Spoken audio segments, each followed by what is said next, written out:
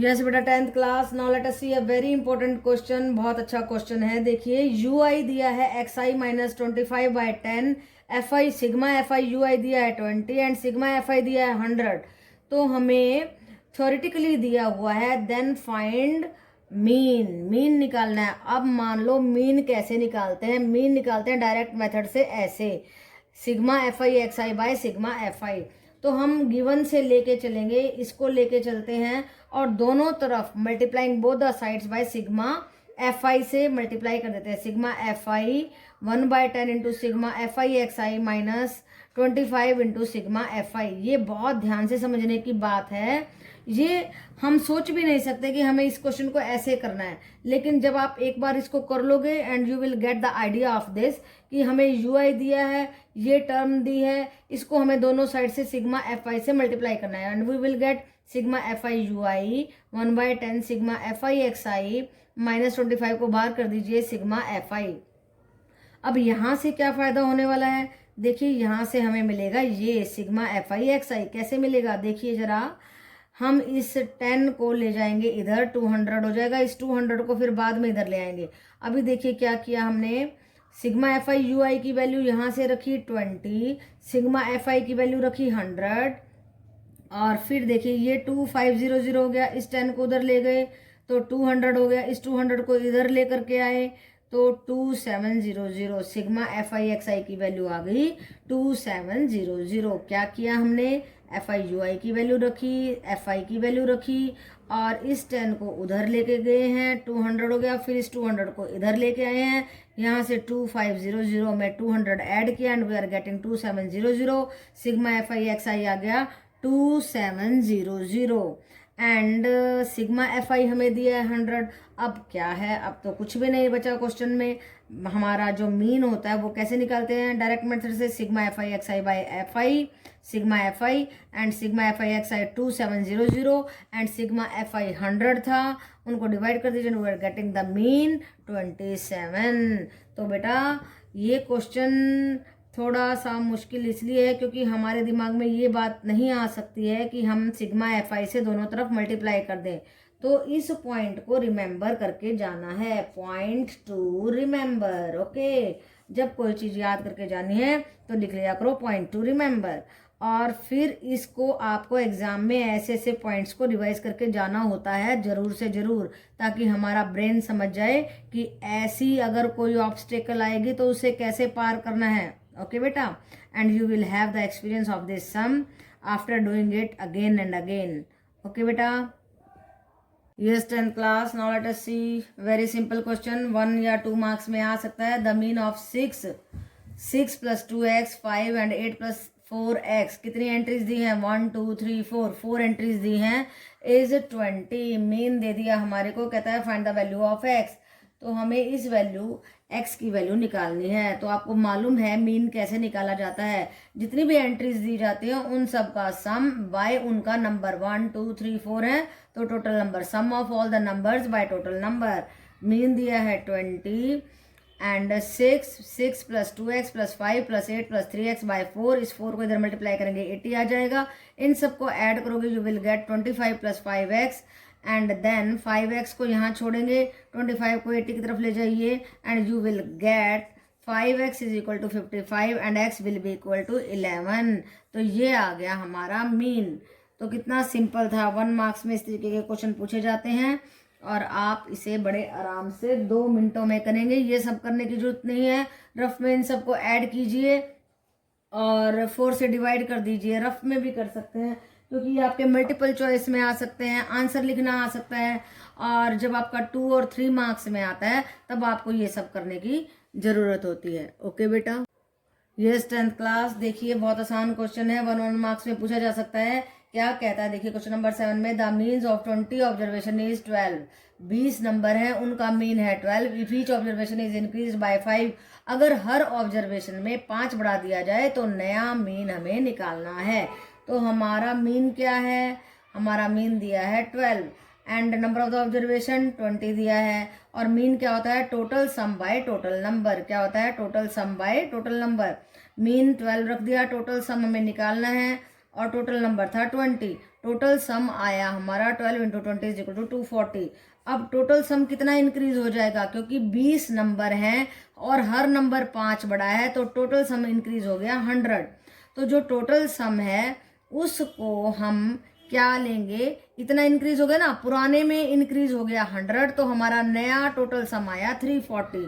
अब नए मीन के लिए new total sum by total number, new total सम था 340, 340 बाय 20 इज इक्वल टू 17, तो न्यू मीन हमारा आ गया 17। तो बेटा इस तरीके के क्वेश्चन तो आपको फटाक से आने चाहिए, और बहुत सारे क्वेश्चंस की आप प्रैक्टिस कीजिए। करना क्या है, कुछ भी नहीं करना, टोटल सम निकालना है। Total sum this into this होता है, तो बेटा कोई भी प्रॉब्लम नहीं है, जो टोटल सम होता है उसमें इंक्रीज कर दीजिए, जितना भी आपका इंक्रीज हुआ। इंक्रीज कैसे मालूम करेंगे, 20 इंटू 5, 20 नंबर था उसको 5 से मल्टीप्लाई किया, टोटल इंक्रीज आ गया, उसको टोटल सम में ऐड कर दीजिए, and new total sum by total number जब हम करेंगे we will get the new mean. Okay बेटा, तो ये बहुत ही सिंपल क्वेश्चन है, बहुत आसान क्वेश्चन है। इस तरीके के क्वेश्चंस की आपको बहुत सारी प्रैक्टिस करनी है। 10th class, now let us see question number 8 and what is given. हमें 50 गर्ल्स की हाइट दी है, ये फ्रीक्वेंसी दी है, और कहता है कि मीन निकालो। मीन भी कैसे निकालना है, स्टेप डिविएशन मेथड से। ओके बेटा, तो देखिए 122 132 132 148 142 150 12, ये इन गर्ल्स की हाइट इस बीच में लाई करती है, 152 160 20 एंड 162 178। अब हम क्या करेंगे, एज्यूम्ड मीन मेथड के लिए, स्टेप डिविएशन मेथड के लिए अब हम क्या करने वाले हैं, हम करेंगे इसकी एक्सआई निकालेंगे। एक्सआई कैसे निकालेंगे, this plus this by 2। Okay बेटा, सभी की निकाल लीजिए। अब हमें एज्यूम्ड मीन को एज्यूम करना है, मीन को एज्यूम करना है, तो 1 2 3 4 5, 2 इधर छोड़ो, 2 इधर छोड़ो, और ये जो बीच का है that is our assumed mean. हमने इसको एज्यूम कर लिया। एज्यूम कर लिया मीन्स हमने मान लिया कि चलो ये मीन है। अब हम उसकी डिविएशन निकालेंगे कि कितना आगे पीछे हो सकता है।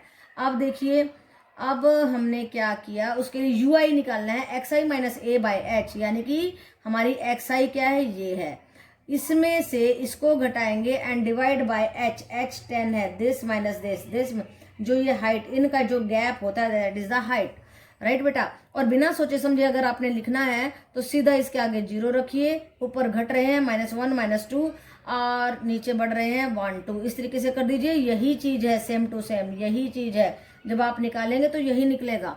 ओके बेटा, अब हमें क्या निकालना है, एफ आई यू आई निकालना है, this into this -4, this into this -8, this into this 0, this into this 20, 8 2 16, इनको ऐड कीजिए -12, इनको ऐड कीजिए 36, दोनों को ऐड कीजिए 24। अब हम फॉर्मूला लगाएंगे, ये आपको हर हाल में लर्न करना है क्योंकि कोई भी बताने आने वाला नहीं है। A plus sigma F I you I by sigma F I into H. A क्या था हमारा 145, F I you I sigma 24 and sigma F I 50 into 10। अब इससे इसको कट कर दीजिए and you will get 145 plus 4.8 and that is equal to 149.8। ये आ गया हमारा मीन। और कौन से मेथड से निकाला हमने, इसको निकाला स्टेप डिविएशन मेथड से। तो सभी मेथड के आपको अलग अलग फॉर्मूलाज लर्न होने चाहिए, आप उनकी स्टेप्स क्लियर होनी चाहिए कि हमें एक्स आई निकालनी है, हमें यू आई निकालनी है, हमें सिग्मा एफ आई यू आई और सिग्मा एफ आई निकालना है, तब जाकर के आप इस क्वेश्चन को कर पाते हैं। ओके बेटा, ये 10th क्लास, देखिए ये क्लास इंटरवल दिया है, ये फ्रीक्वेंसी दी है, और इस टेबल का हमें मीडियन कैलकुलेट करना है। क्या कैलकुलेट करना है, मीडियन। तो पहली बात तो ये हमारा कॉन्टिन्यूअस नहीं है, इसे हमें कॉन्टिन्यूअस करना होगा। कॉन्टिन्यूअस करने के लिए लोअर लिमिट में से 5 घटा दो और अपर लिमिट में 5 बढ़ा दो। देखो मैंने सब में 0.5 जो है घटा दिया है और यहाँ पे 0.5 बढ़ा दिया। अब देखो हमारा डेटा कॉन्टिन्यूअस हो गया है, यहाँ से 129.5 से 139.5 और यहीं से शुरू हो रहा है, कोई गैप नहीं है। यहाँ पे गैप था, 39 के बाद 140 आ रहा था, तो फ्रीक्वेंसी फिर से लिख दिया। फिर कम्युलेटिव फ्रीक्वेंसी निकाली, 4 को ऐसे लिख दीजिए, this plus this 13, this plus this 31, this plus this 59 and this plus this 83, this plus this 93 and this plus this 100। तो हमारी फ्रीक्वेंसी भी 100 थी, CF का लास्ट भी 100 आ गया। इसका मतलब हम करेक्ट काम कर रहे हैं। ओके बेटा, तो मीडियन निकालने के लिए सबसे फर्स्ट स्टेप है n/2 को फाइंड आउट करना। n/2 किया 50, और नेक्स्ट स्टेप है मीडियन क्लास को फाइंड आउट करना, मीडियन ग्रुप को फाइंड आउट करना, मीडियन क्लास कहिए, ग्रुप कहिए, कुछ भी कहिए, उसको फाइंड आउट करना। तो 50 से ज़्यादा जो कम्युलेटिव फ्रीक्वेंसी है वो बन जाएगा हमारा मीडियन ग्रुप। ओके बेटा, तो उसके प्रीसीडिंग CF लेते हैं और उसी के ग्रुप की फ्रीक्वेंसी F लेते हैं और लोअर लिमिट होती है L। बस ये चीज़ों की जानकारी होने के बाद में हमने अपने फॉर्मूले में लगाना है।